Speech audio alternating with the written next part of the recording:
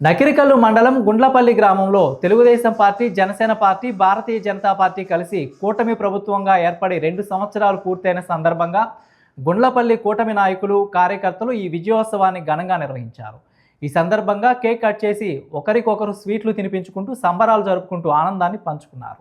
ఈ సందర్భంగా వారు మాట్లాడుతూ సత్తెనపల్లి నియోజకవర్గ శాసనసభ్యులు కన్నా లక్ష్మీనారాయణ, రాష్ట్ర తెలుగుదేశం పార్టీ సీనియర్ నాయకుడు నాగోతు సౌరయ్య నేతృత్వంలో నియోజకవర్గంలో అన్ని రంగాలలో అభివృద్ధిలో ముందు ఉందని తెలిపారు.